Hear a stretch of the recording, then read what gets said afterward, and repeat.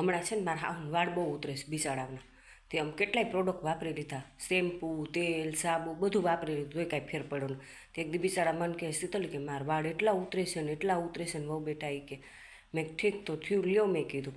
તો એમાં વળી અમારી બાજુમાં છે ને કમળાબેન કરીને રહી છે, તો હું એને ઘરે બેહવા ગઈ. ઉંમરવાળા છે બિચારા, મારા હાહુથી નહીં મોટા છે. તો એને ઘરે બેહવા ગઈ ને મારાથી વળી વાતમાંથી વાત નીકળી ગઈ.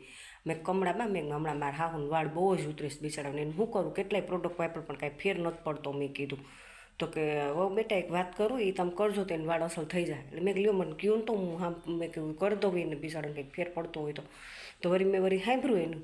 તો એને મને કીધું એ કે રવિવાર કે મંગળવાર હોય ને તો એના વાળ થોડાક કાપી અને ઉકેળામાં નાખી દેજો, જેમ ઉકેળો વધશે ને એમ એના વાળ વધશે એ કે. એટલે મેં થયું લ્યો થયું તો હું કરી દઈશ મારા હાહુન. તો મેં વળી મારા હાહુન કીધું, બા હું તમને એક વસ્તુ કરી દઉં ને તમારા વાળ મોટા બધા થઈ જાય. તો બિચાર કે મને કે કરી દઉં. મેં રવિવારને મંગળવાર આવે દે ને તો હું કરી દઈશ. તો કે આ ભલે લ્યો એ કે.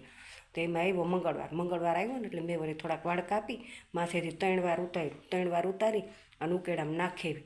અને પછી મેં મારા હાહુન કીધું, મેં કમળાબાઈ કીધું તું મને કે આમ કરશો ને તો વાળ વધશે. તો એ કે ઠીક સારું લઈ કે તો મારા વાળ. તો હું રોજ સવારે ઉઠીને ઉકેળો જોઉં કેટલો વધો ઉકેળો.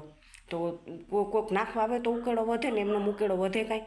તો વળી હું આજુબાજુમાં બધાને કહી આવી કે તમે કચરો નાખી જાજો એમાં ઉકેળામાં, ઉકેળો ભલે મોટો થઈ જાય આપણે. મેં કીધું તો કાંઈ સારું લ્યો. તો બધી બાયું આખા પાડાની બાયું કચરો નાખવા અહીંયા આવે તો ઉકેળો વધી ગયો, મોટો બધો થઈ ગયો.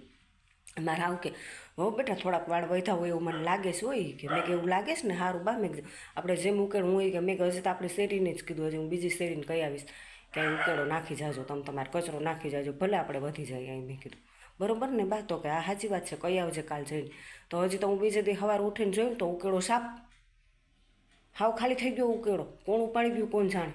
થોડી કાઢીને નીચે ગઈ, નીચે જઈને જોયું તો મારા હાવ બિચારા માથે ઉઠીને બેઠા હતા, આમ કરીને બેઠા હતા માથે ઉઠીને. મેં બા શું થયું મેં કીધું. તો ખબર નહીં એ કે આમ જોતો એ કે અરર માં માથું ખોયલું ને તો ચાંદો ચમકે માથામાં. હું તો હળી કાઢીને રહોડામાં વહી ગઈ. મેં કે મારો વારો કાઢી નાખશે. પછી મને કે આ સલાહ તને કોણે દીધી હતી. મેં બાજુમાં કમળાબેન રહીને ને તો મને કે ઠીક તો ખાઈ હું હમણાં એને ઘરે જઈને આવું છું. કમળાબેનના ઘરે ગયા ને કોઈ જાણ શું થયું. તો કમળાબેનના ઘરે થયા ને તો થોડીક વાર કલાક 2 કલાક પછી હું ગઈ કમળાબેનને પૂછવા કે આ બધું શું થઈ ગયું. તો અહીંયા ગઈ ત્યાં કમળાબેનના ઘરે તાળું, કમળાબેન ક્યાંક ભાગી ગયા, આવું થયું.